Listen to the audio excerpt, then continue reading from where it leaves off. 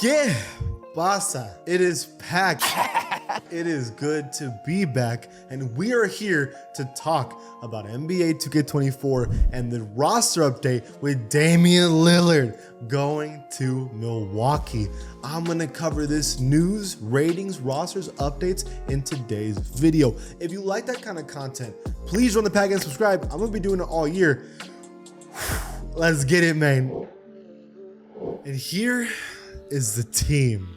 Man, that is so crazy that Damian Lillard is now on the Milwaukee Bucks. So the Bucks were in a weird spot.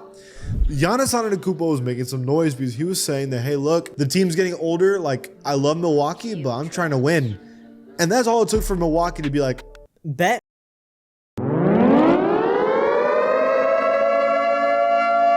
We are going to trade Jrue Holiday for Damian Lillard right now. It was a shock. No one saw this coming. Damian Lillard was essentially putting the Blazers in jail, saying, look, I'm going to Miami. You either trade me there or I'm not going to play for that team.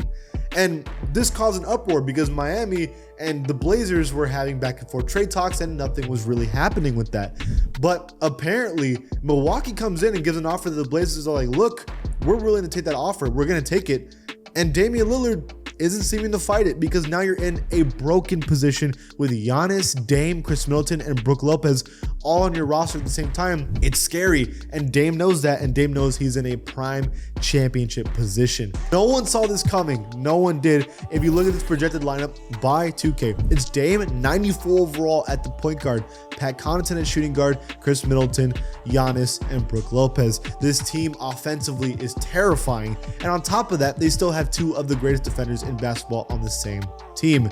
Now, on the perimeter, it's not going to be the same defensively as it was with Jrue Holiday, but when you have this kind of offensive firepower, it might not matter. The Nuggets have shown that way better offense compared to your defense can still help you win. I'll see that spit just fly out of my mouth. On paper, this looks like the favorites, especially because of another team that we're going to talk about in a second make a mistake, in my opinion. And on top of it all, you have Malik Beasley off the bench now. You have Bobby Portis still. This team is deadly and should win a second championship in this era. Damian Lillard is on track to win his first if he plays well.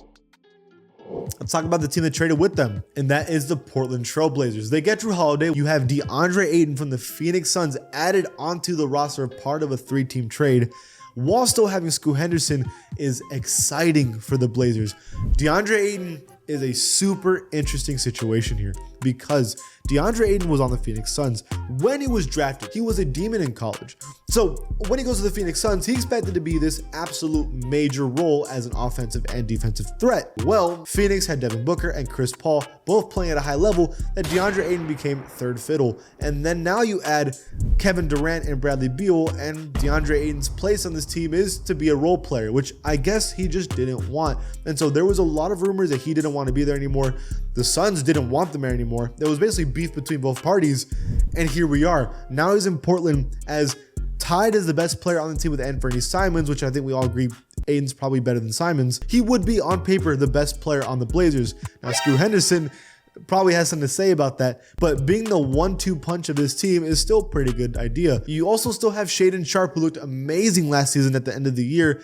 I mean, this team on paper, it's not a playoff team, but it's way better than I think anybody thought. Now, where Jrue Holiday is going to go, I have no clue. There's been rumors that he's going to go to Boston, which I don't know if they can make that happen. This is exactly why it's so hard to make videos while trades are currently happening, because after I started making this video, well, Jrue Holiday was traded to the freaking Celtics. What the heck?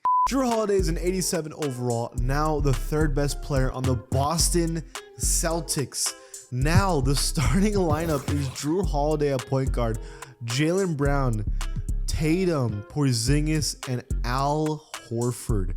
The lowest rated player on the starting lineup is Al Horford at an 82. You have three other players at high 80s and then Jason Tatum at a 95. It is a terrifying team. And now let's look at the Blazers again, because now they have Robert Williams III and Malcolm Brogdon, another guard. They already had Simons, they already have Scoot Henderson and Shaedon Sharpe. This is clogging their talent pool of guards where I don't know how they're going to do this. Someone's going to have to play small forward out of those four.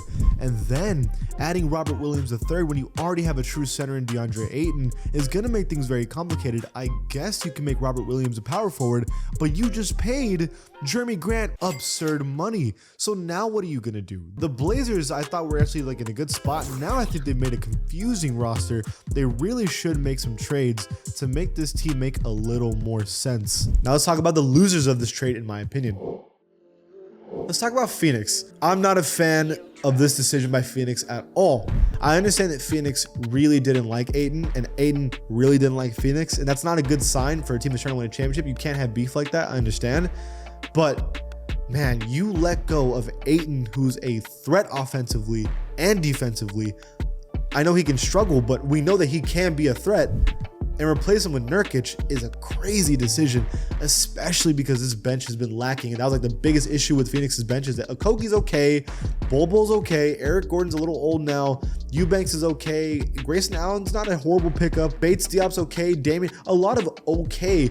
But the truth is, none of these guys are guaranteed to be great off the bench. And if you look at the starting lineup, you know, Okogie small forward is going to be okay, but the bench is really just a massive question mark. And the depth is what was worrisome about the Phoenix Suns, not the starting lineup. And now that you've replaced Ayton with Nurkic, who is known for getting injured a lot, is a huge question mark for a championship level team. Your point guard is Keon Johnson, 70 overall. Now, I'm sure that you could maybe put Devin Booker at point guard, and then I guess you could put Beal at shooting guard, and now you're looking at a little bit better. But again, the defense here, I'm not a fan of it. The bench is really lacking. I think keeping Ayton probably would have been the smarter decision, or get much better bench pieces for Ayton than what they got, because this is still not addressing their major issues, and now it's added an issue with Nurkic. Still, on paper, this team is stacked and is in conversation for winning an NBA championship, but it was kind of set in stone that they were expected to win the chip next season, and now I think the Bucks might have an edge on them, all because of one trade that they didn't need to make. I don't know about this. And the biggest loser out of all of them, which I'm sure this has been talked about by everybody, Miami. I see Miami kind of like the Nuggets, in which they actually lost a lot of stuff this offseason. They missed out on Dame, which, look, there's a lot of rumors going around. I've heard everything. I've heard that the Blazers literally just didn't want to trade with Miami out of spite. I heard that Miami was being super stingy. I heard Blazers wanted Jimmy Butler and Bam Adebayo. There's so many rumors. We don't know the facts, but let's just speak facts then. Damian Lillard's not in the Miami Heat. He's on a team that's going to be better than the Miami Heat in the same conference. And you lost essential players on this team like Gabe Vincent. So Miami got worse and the Eastern Conference got better. That's a huge issue. Now, you do get Tyler Hero back for this season because he was injured last year, and I'm sure they could have used him. But again, I mean, the team went backwards. That's not a good thing. Now, we say all this and somehow, some way, the Miami Heat are going to go to the finals again this year. Imagine that. Tell me I'm wrong in believing that this is a huge L by the Heat. Okay, boys, that's everything. What do you think about all this stuff? Leave it in the comments below. And if you like this channel, please give it a sub. I'll see you guys next time.